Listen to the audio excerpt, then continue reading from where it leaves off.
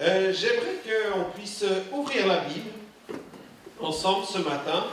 On va continuer notre série commencée sur être prince et non mendiant.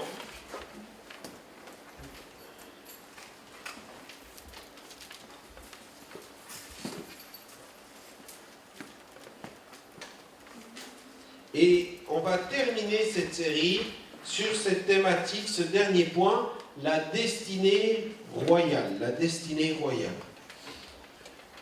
On a vu donc le vêtement, première partie, le vêtement royal avec les 5 vêtements de Joseph. On a vu la deuxième partie, l'épée royale.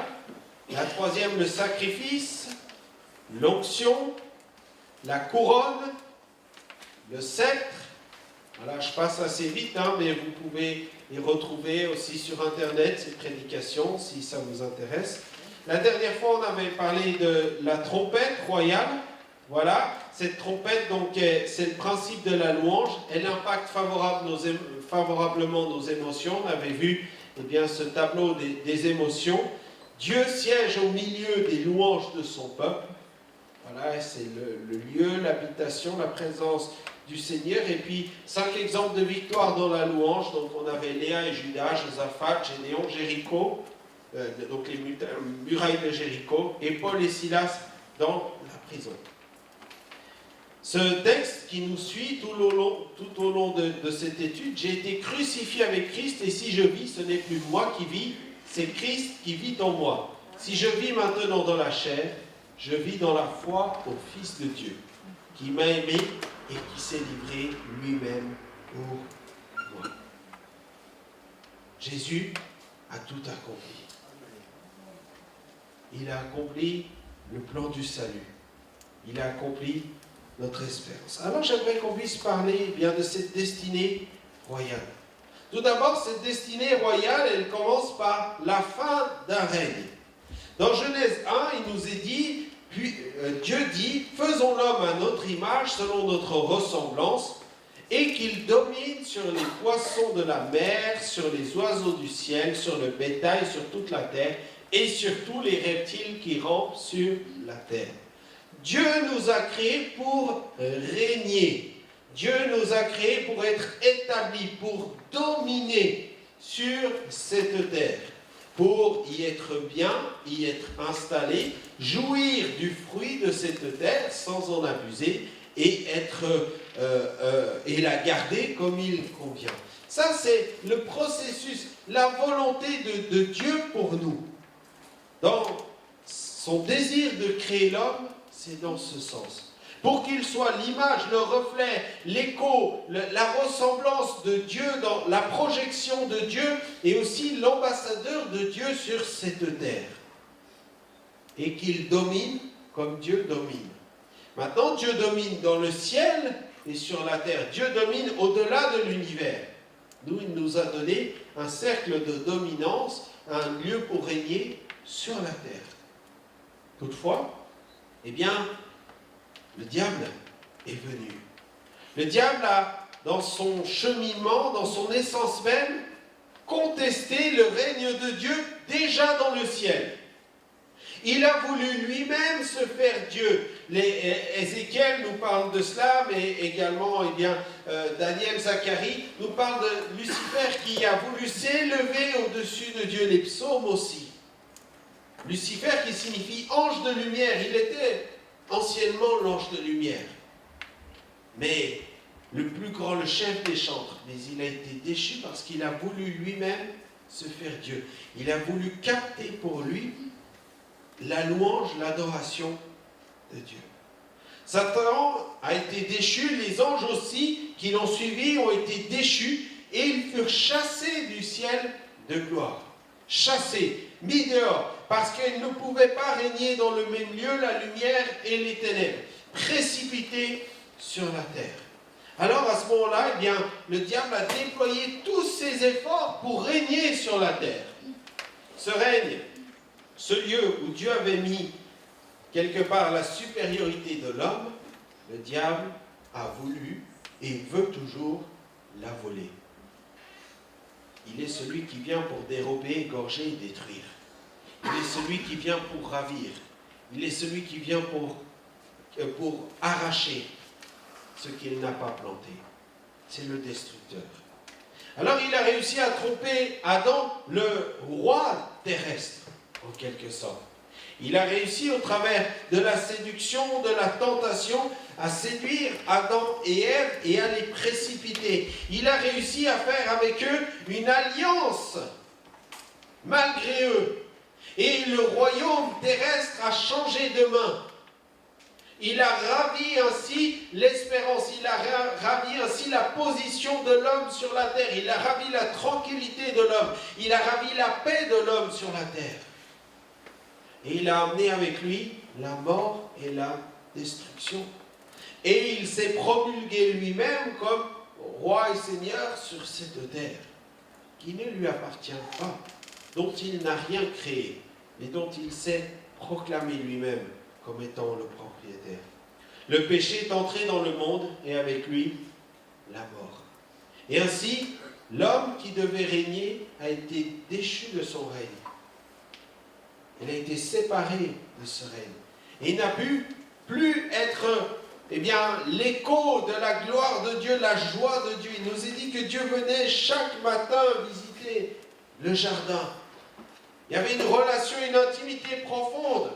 Mais cette intimité s'est rompue à cause du péché.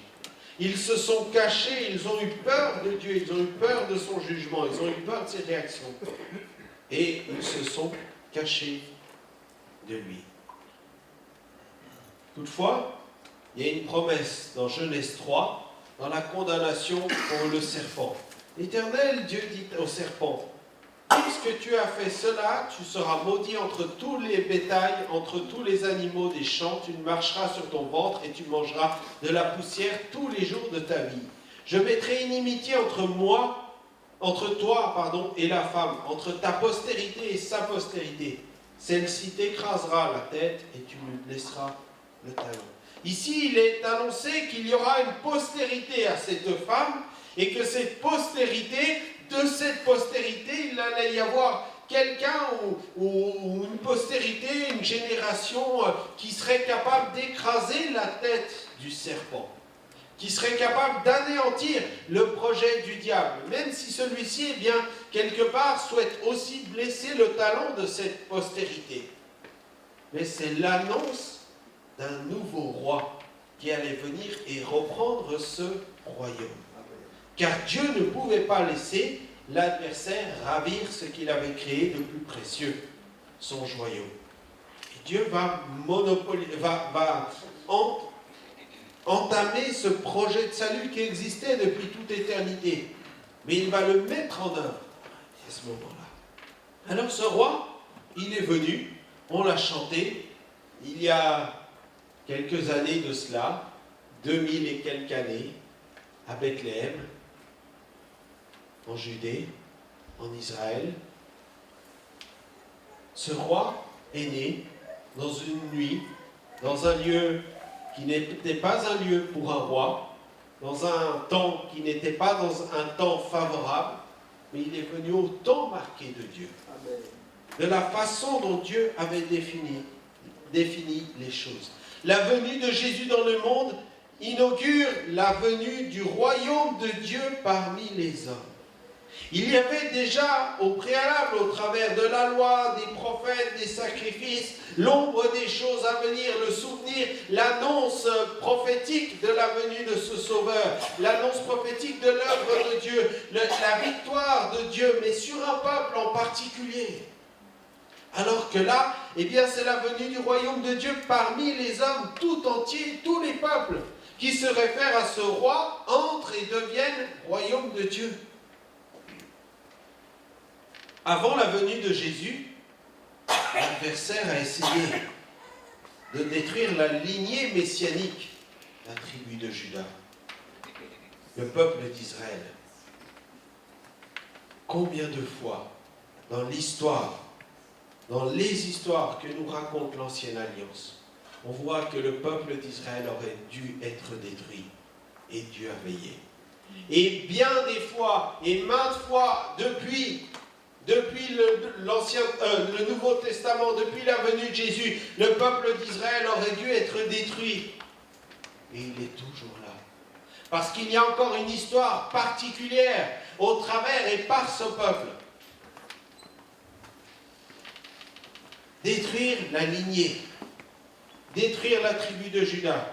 Et puis plus tard, dans la suite, il a utilisé l'idolâtrie et l'apostasie pour dévoyer Israël, le sortir de sa voie, le sortir de ce projet de Dieu, car au travers d'Israël, le Messie allait venir.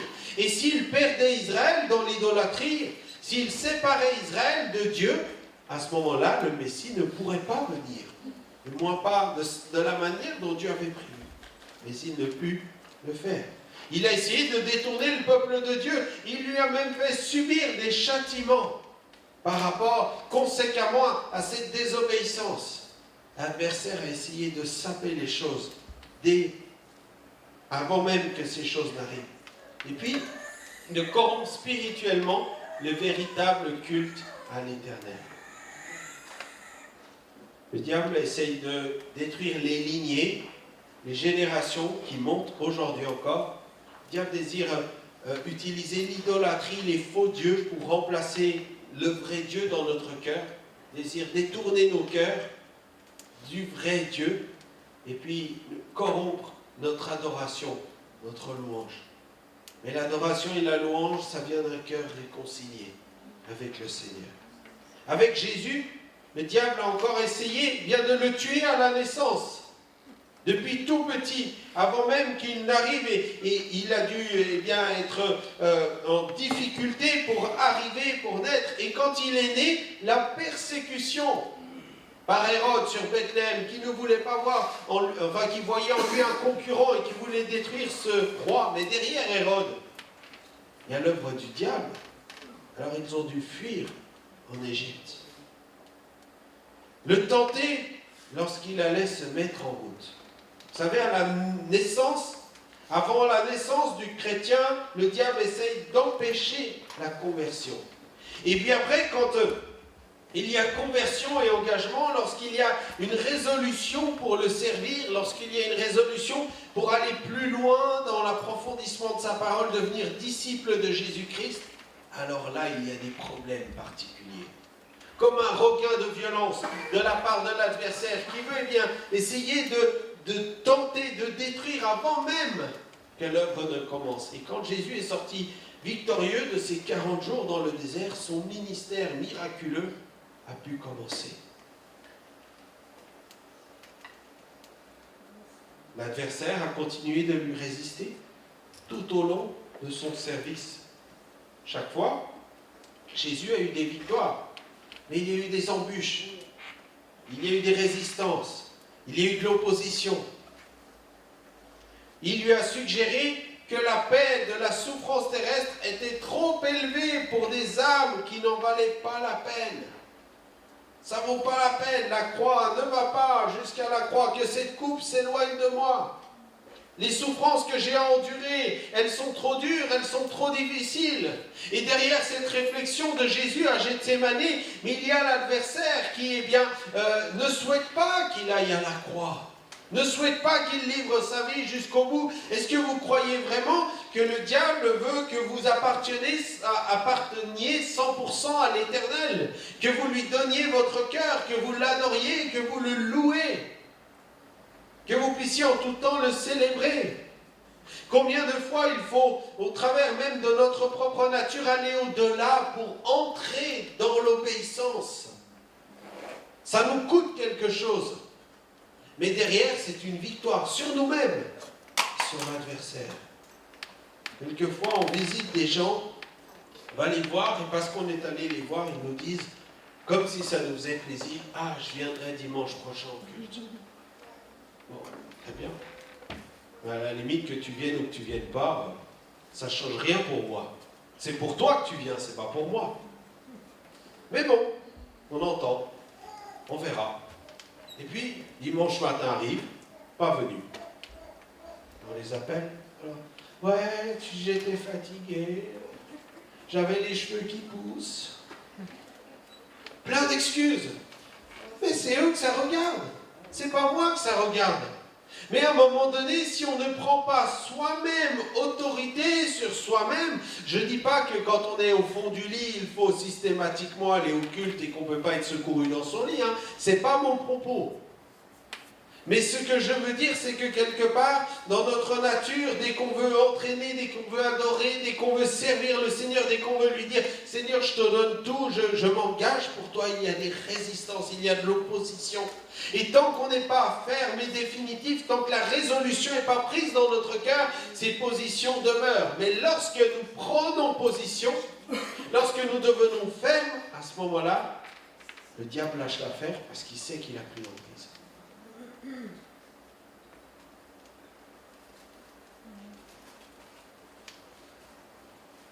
Il a voulu corrompre Jésus en le poussant à refuser le plan de Dieu, la naissance d'un roi. Il est venu Jésus. Mais Jésus triompha par la persévérance, l'onction, le renoncement à soi-même, la louange, la parole de Dieu.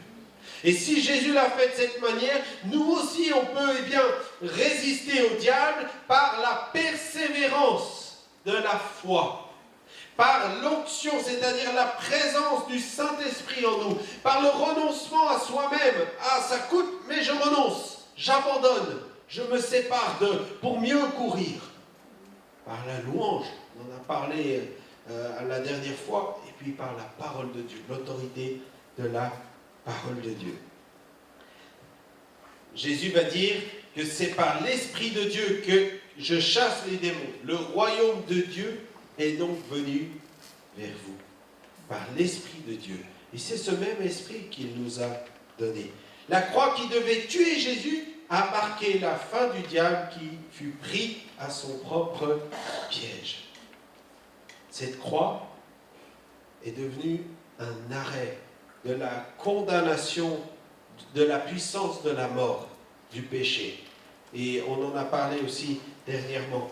Et par cette croix, il y a un secours véritable. Toutefois, le combat continue quand même. Alors là, je vais utiliser une image que les ados connaissent. Mais je ne sais pas où ils sont, les ados, ils sont peut-être partis.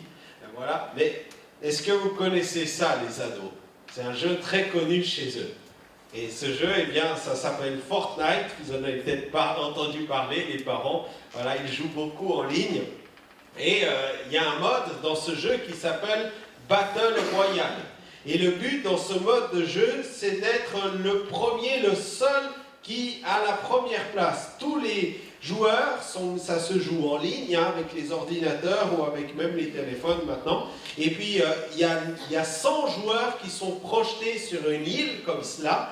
Et le but, c'est de courir rapidement, de casser du bois, de casser des pierres, de trouver des armes, de trouver ainsi de suite. Et puis de se cacher, mais aussi d'attaquer et de finir par tuer tous les adversaires en construisant, en établissant plein de choses pour rester le dernier à conquérir. Mais ça veut dire qu'il y a un combat à mener. Et ce combat, il se passe de différentes manières. Il se passe à la fois en s'équipant, en s'enrichissant, mais aussi en étant stratégique, en étant tactique dans le combat. J'aimerais qu'on puisse parler quelques instants, parce que si Jésus a une destinée royale, on l'a déjà vu, nous aussi nous sommes appelés à entrer dans cette destinée. Mais l'adversaire veut toujours nous bloquer. Si je prends une image symbolique, mais on dit que à partir de quel événement la Deuxième Guerre mondiale a été perdue pour l'Allemagne? Il y a un jour en particulier où on dit, ça y est, c'est le jour qui va marquer la fin du Troisième Reich. C'est le jour J, le débarquement en Normandie. C'est un jour symbolique. Et pourtant, quand les Américains, Anglais, Australiens, Canadiens et ainsi de suite ont débarqué en Australie, la guerre n'était pas terminée. Mais ils avaient défini ce jour comme étant le jour J, le jour du débarquement, le jour préparé, le jour sur lequel toute la stratégie de victoire était posée. Et si ce jour ratait, on parlerait certainement allemand. Mais il n'empêche que lorsque ce jour a commencé, que lorsque le premier soldat américain ou anglais a posé le pied en Normandie, la victoire n'était pas remportée pour autant. Et même si les troupes alliées, les troupes russes sont entrées, ont attaqué l'Allemagne conjointement, ont apporté beaucoup de dégâts, il a fallu des mois pour réussir à détruire toutes les poches de résistance, pour réussir à reprendre tous les territoires, pour réussir à dominer. Mais ce jour est resté. Depuis la croix, la victoire est annoncée, la victoire est marquée, la victoire est scellée. Mais il reste des poches de résistance, il reste des poches de combat à mener. Et cela appartient à l'Église, à chaque chrétien, dans sa propre nature déjà, dans son propre environnement, mais davantage encore à toute l'Église. Paul dira, on va voir plusieurs versets bibliques, qui parle de ce combat et de cette situation. Je vous exhorte, frères, à prendre garde à ceux qui causent des divisions et des sectes au préjudice de l'enseignement que vous avez reçu. Éloignez-vous d'eux. Prendre garde et s'éloigner. N'est-ce pas ce que déjà Dieu avait dit à Adam? Garde le jardin, protège-le. Et n'est-ce pas ainsi que le cœur de Ève a été gagné par un faux enseignement? Par celui qui cause des scandales et des divisions? Car il était en train de mettre la zizanie entre Ève et Adam. Car de tels hommes ne servent point Christ, notre Seigneur, mais leur propre ventre. Et par des paroles douces et flatteuses, ils séduisent le cœur des simples. Pour vous, votre obéissance est connue de tous. Je me réjouis donc à votre sujet et je désire que vous soyez sages en ce qui concerne le bien et purs en ce qui concerne le mal. Sages en ce qui concerne le bien. C'est-à-dire que Dieu veut nous apprendre la sagesse dans la mise en pratique de sa parole, dans la mise en pratique de son œuvre, dans l'évangile de la grâce que nous annonçons. Par contre, quant au mal, quant au péché, alors là, il n'y a pas de sagesse à avoir. Il n'y a pas de demi-mesure à avoir. Là, il faut être pur. Il faut se couper. Il faut se séparer. Il faut tenir ferme face au péché, face à la situation. Le Dieu de paix écrasera bientôt Satan sous vos pieds. Que la grâce de notre Seigneur Jésus soit avec vous. Faire attention, veiller aux divisions, aux faux frères, aux fausses doctrines. Et elles sont abondantes aujourd'hui. Ce message est toujours d'actualité. S'éloigner de cela et puis, se tenir pur face au péché tout en vivant la grâce avec sagesse. Le deuxième passage, Luc 10, verset 17. Les 70 revinrent avec joie, ou les 70 revinrent avec joie, disant, Seigneur, les démons même nous sont soumis en ton nom. Alléluia, hein? Et pourtant, Jésus continue, il leur dit, je voyais Satan tomber du ciel comme un éclair. Merveilleux. Voici, je vous ai donné le pouvoir de marcher sur les serpents et les scorpions et sur toute la puissance de l'ennemi. Et rien ne pourra vous nuire. Waouh! Alors là, avec un verset comme ça, ils se sentent super boostés, les disciples. Hein? Et puis peut-être nous aussi, parce que c'est le même esprit qui était dans ces disciples et qui est en nous. Rien ne peut me nuire. Super, je suis vaillant, je suis triomphant, j'ai la meilleure part, j'écrase la tête des serpents. On l'a déjà lu dans Romains aussi, hein, écraser la tête du serpent, et c'était la promesse faite à la postérité d'Ève, écraser la tête du serpent. Mais Jésus continue. Cependant, conjonction de coordination là qui permet bien de donner un autre aspect, peut-être plus important, certainement plus important. Ne vous réjouissez pas de ce que les esprits vous sont soumis, et réjouissez-vous de ce que vos noms sont écrits dans les cieux. Ça veut dire qu'on peut chasser 35 démons dans sa vie. Si notre nom n'est pas inscrit dans les cieux, eh bien, on aura travaillé en vain. On aura perdu. On aura beau, été comme dans Fortnite, un grand combattant, il n'empêche qu'à la fin, quelqu'un nous vaincra parce que notre nom n'est pas inscrit. Parce que on n'a pas reconnu Jésus comme notre Seigneur et Sauveur, on n'a pas persévéré dans ce combat. Éphésiens 6, on en a déjà parlé, Fortifiez-vous dans le Seigneur et par sa force toute puissante, revêtez-vous de toutes les armes de Dieu afin de pouvoir tenir ferme contre les ruses du diable, car nous n'avons pas à lutter contre la chair et le sang, mais contre les dominations, les autorités, les princes de ce monde de ténèbres, contre les esprits méchants dans les lieux célestes. Si dans Fortnite, il faut se battre les uns contre les autres, il n'est pas le cas. Mon adversaire, ça n'est pas mon frère, mais c'est une autorité spirituelle, un adversaire spirituel. Et puis, Éphésiens 2, mais Dieu qui est riche en miséricorde, à cause de son grand amour dont il nous a aimés, nous qui étions morts par nos offenses, nous a rendu la vie avec Christ. C'est par la grâce que vous êtes sauvés. Il nous a ressuscités ensemble et nous a fait asseoir ensemble dans les lieux célestes en Jésus-Christ, afin de montrer dans les siècles à venir l'infinie richesse de sa grâce par sa bonté envers nous en Jésus-Christ. La destinée royale.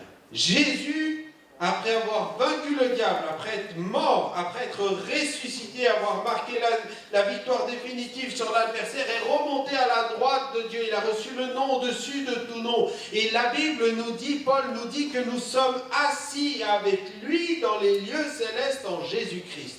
Formidable! Je suis déjà avec lui et pourtant je suis encore ici. Ma foi fait que j'ai une connexion, une relation avec le Seigneur qui me fait jouir de ce qu'il a déjà acquis.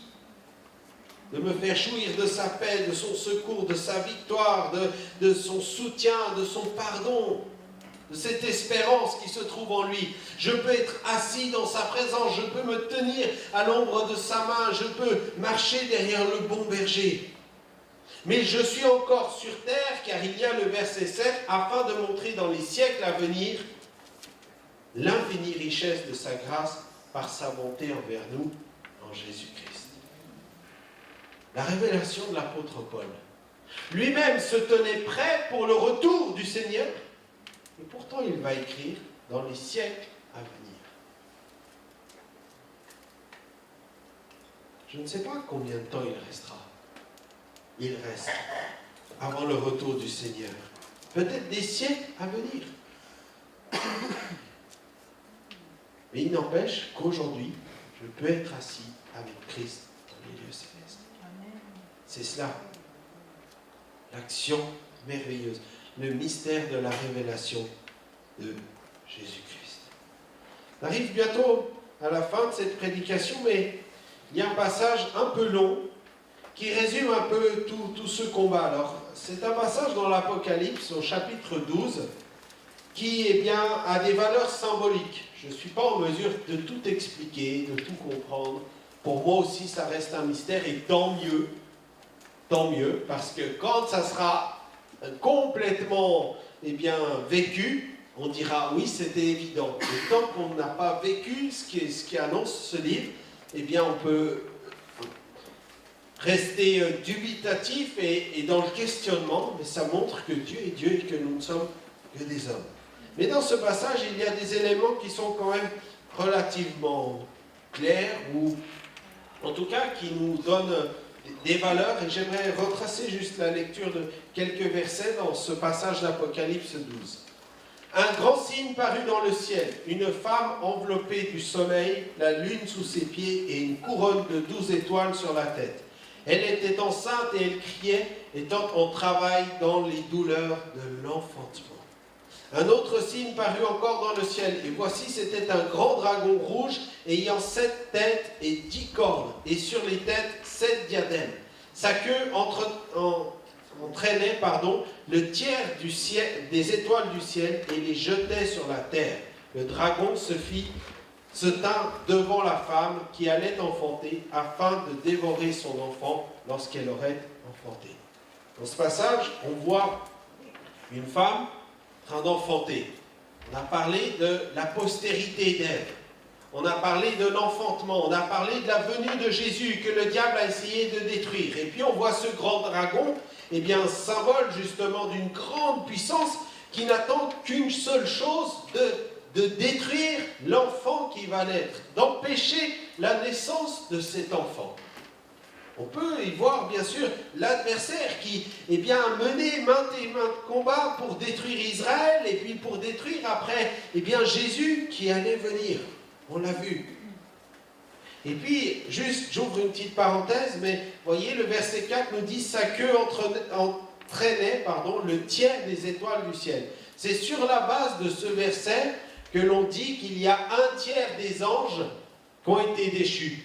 Mais moi, je ne le dis pas trop, et c'est pour ça que je précise ça ce matin, parce que le verset n'est quand même pas suffisamment clair pour vraiment en faire une doctrine. Maintenant, ce n'est pas faux non plus de dire cela. Donc voilà, je referme la parenthèse. S'il y a des questions, j'y répondrai à la fin. N'hésitez pas à venir me voir. Mais, ce dragon, il attend que l'enfant naisse pour le détruire. On continue, verset 5. Elle enfanta un fils qui doit paître toutes les nations avec une verge de fer. Donc ça, c'est l'annonce de Jésus qui va revenir paître les nations avec une verge de fer. Et son enfant fut enlevé vers Dieu et vers son trône. Et la femme s'enfuit dans le désert où elle avait un lieu préparé par Dieu afin qu'elle y fût nourrie pendant 1260 jours. Ne me demandez pas ce que ça veut dire, j'en sais rien. Et il y eut une guerre dans le ciel. Michael et ses anges combattirent contre le dragon. Et le dragon et ses anges combattirent. Mais ils ne furent pas les plus forts et leur place ne fut plus trouvée dans le ciel.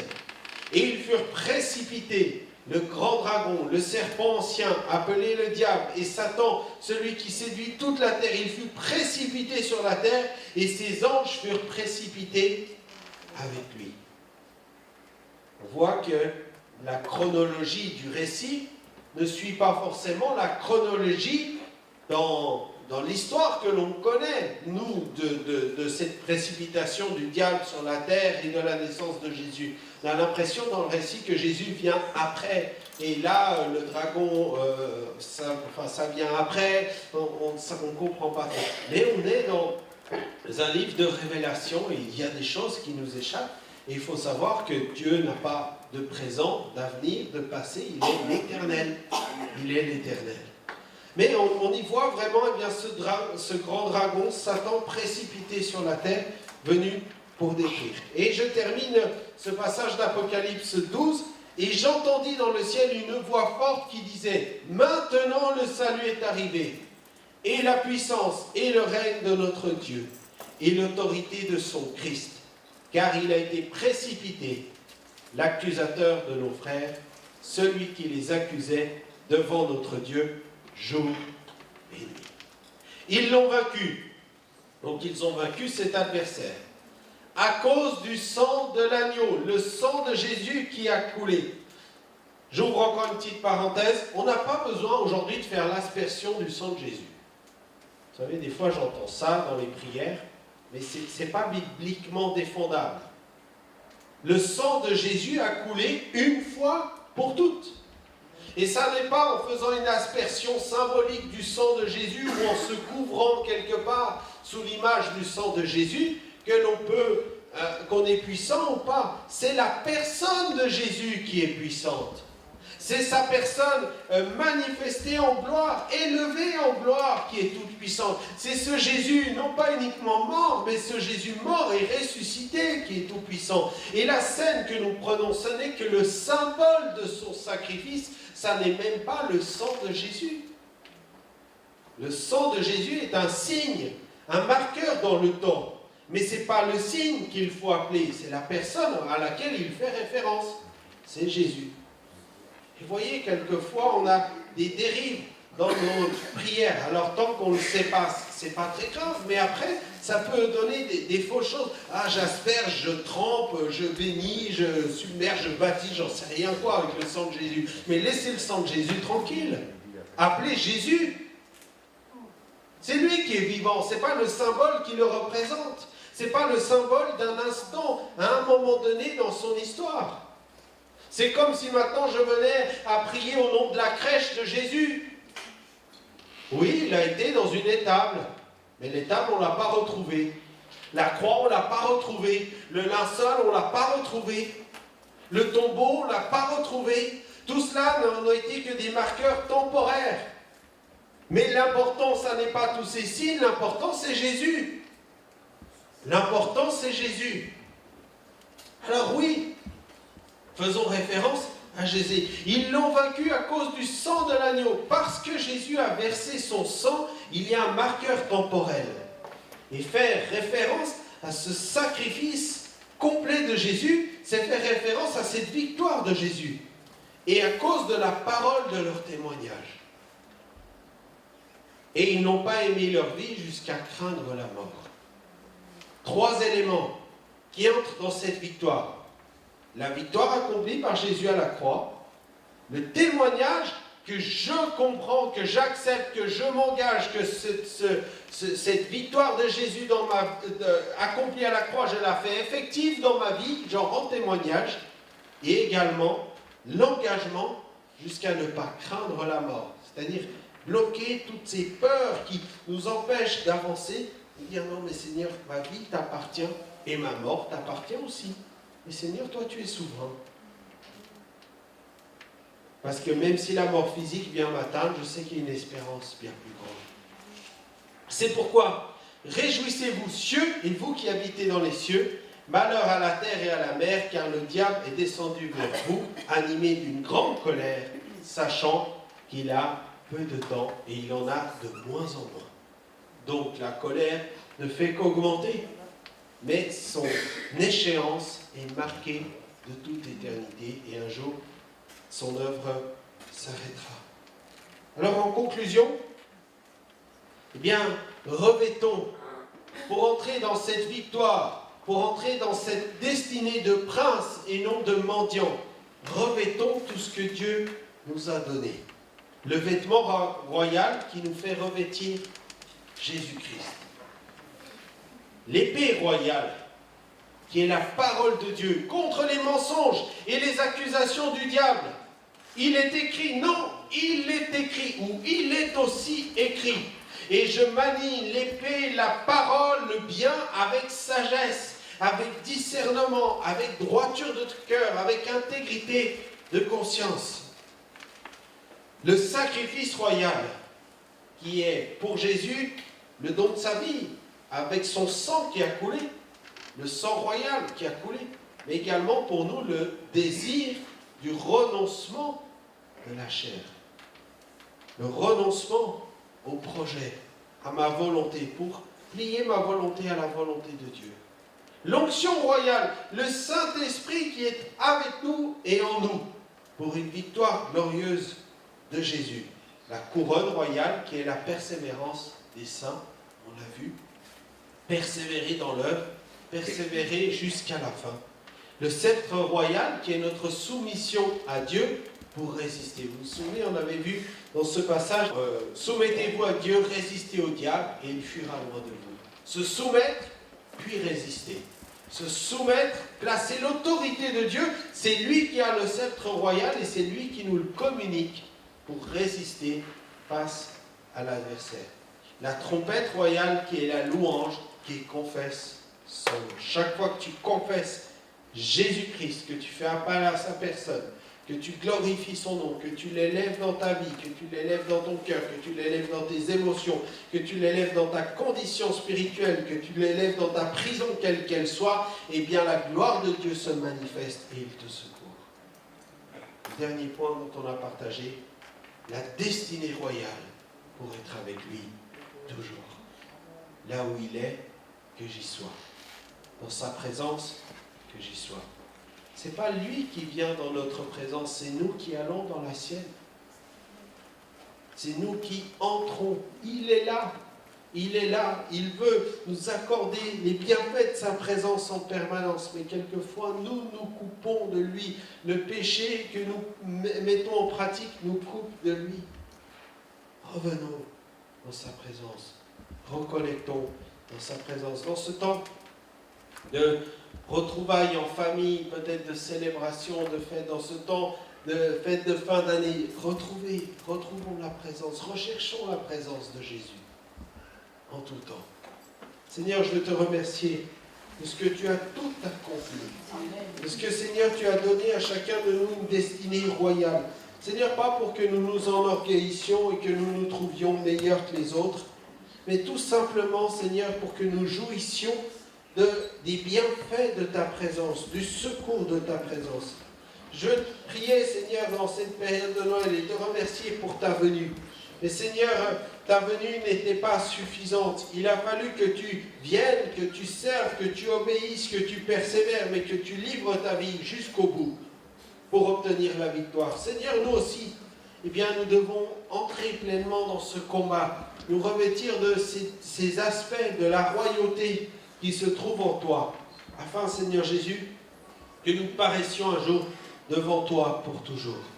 Merci Seigneur parce que tu ne nous laisses pas seuls, tu es là présentement avec nous. Par ton esprit, tu fortifies. Je veux te prier Seigneur pour chacun et chacune ce temps de fête de fin d'année, que ce soit l'occasion d'annoncer, d'être des témoins de ce Seigneur Jésus, se tenir dans ta présence, de persévérer pour Seigneur, eh bien, marquer eh bien, le fait de ta venue et le fait que nous sommes tes enfants et que nous t'appartenons.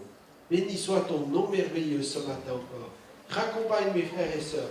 Prends soin d'eux. Tu connais aussi ceux qui n'ont pu venir, Seigneur, à cause de la santé, à cause des difficultés ou parce qu'ils sont déjà avec leur famille. Bénis-les, Seigneur, également. On veut te remercier, Seigneur, pour tout cela. Amen.